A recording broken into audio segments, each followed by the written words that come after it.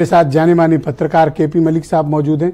मलिक साहब, ये ऐसी बेल्ट है इन 8 सीटों की, सहारनपुर से लेकर पीलीभीत, जिसमें एक्सट्रीम जाटलैंड, एक्सट्रीम पश्चिम से लेकर रुहेलखंड के भी बॉर्डर का एरिया, पीलीभीत तक के इलाके सम्मिलित हैं और ये बड़ी मिक्स्ड पॉपुलेशन का इलाका है।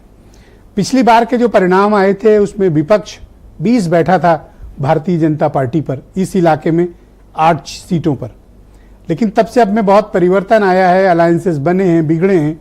आप क्या आकलन करते हैं इन 8 सीटों पर?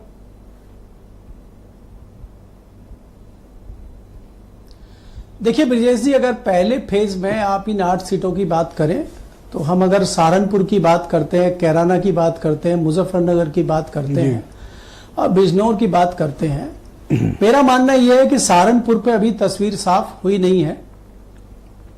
कैराना पे लगभग तस्वीर साफ है। वहां भारतीय जनता पार्टी ने अपने पुराने जो सांसद थे उन्हीं को रिपीट किया है और वहां पे जो सपा और रालोद के गठबंधन में चुनाव लड़ने के लिए लगभग 2 साल से तैयारी कर रही थी इकरा हसन, वो वहां का राजनीतिक परिवार है और उस परिवार की जड़ें खाली मुस्लिम समाज में ही नहीं, गुर्जर समाज में और जाट समाज में भी उनका वोट बैंक रहा है और उनका संबंध वहां रहा है। तो बहुत अच्छी स्थिति में वो चुनाव लड़ रही हैं, क्योंकि भारतीय जनता पार्टी के जो वर्तमान सांसद हैं उनकी थोड़ी एंटी कॉम्बेंसी भी है, बाकी चीजें भी हैं। अब और बाकी कोई कैंडिडेट किसका आता है उसके बाद होगा, लेकिन आज वो बहुत अच्छी स्थिति में है। इसके बाद अगर मैं मुजफ्फरनगर की बात करता हूं तो संजीव बालियान तीसरी बार वहां से चुनाव लड़ रहे हैं और आपको याद है कि पिछली बार वो लगभग 6,500 वोटों से जीते थे और वहां हरिंदर मलिक जो वहां के लोकल कद्दावर जाट नेता वो उनको टक्कर दे रहे हैं।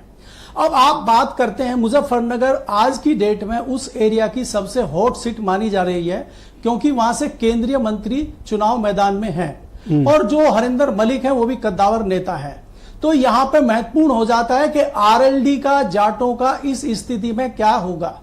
वहां पे चीजें क्या हो रही है कि अभी जाट बटेगा मुजफ्फरनगर में या की तरफ से एक पोस्टर जारी एक तरफा जा रहा है?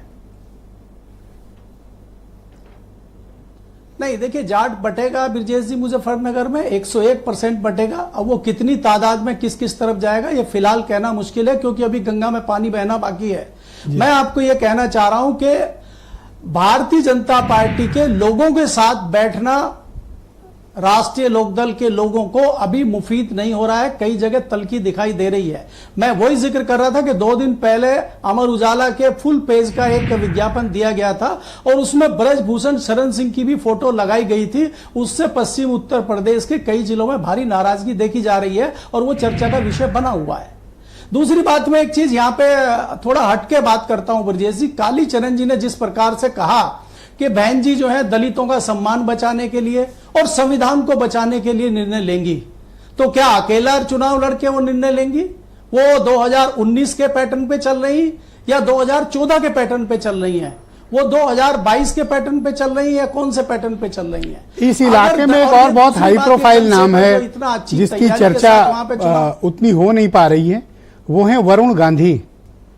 ये तय है लगभग कि बीजेपी उनका टिकट काटेगी, क्योंकि उनके बगावती रुक रहे हैं। पीलीभीत को लेकर आपका एनालिसिस क्या कहता है? वरुण गांधी का ब्रजेश जी, वरुण गांधी का टिकट 101% कट रहा है और उनकी माताजी को टिकट मिलेगा कि नहीं मिलेगा इसके भी चांस बहुत कम है। अगर आप देखते हैं तो भारतीय जनता पार्टी दोनों जगह नए लोगों को लड़ाने जा रही है, मेरे सूत्र ये कहते हैं। लेकिन मैं जो एक वो खत्म करना चाह रहा था, नगीना से जो चंद्रशेखर लड़ रहे हैं, चंद्रशेखर ने तैयारी शुरू की है और उनका ये है वो जीतने के लिए नहीं लड़ रहे हैं, वो अपना अस्तित्व बनाने के लिए वहां से लड़ रहे हैं। आप याद करिए, पहला इलेक्शन 87 में मायावती ने भी कैराना से लड़ा था और उसके बाद उसी क्षेत्र से वो बिजनौर से सांसद बनने का काम उन्होंने किया था, मायावती ने भी।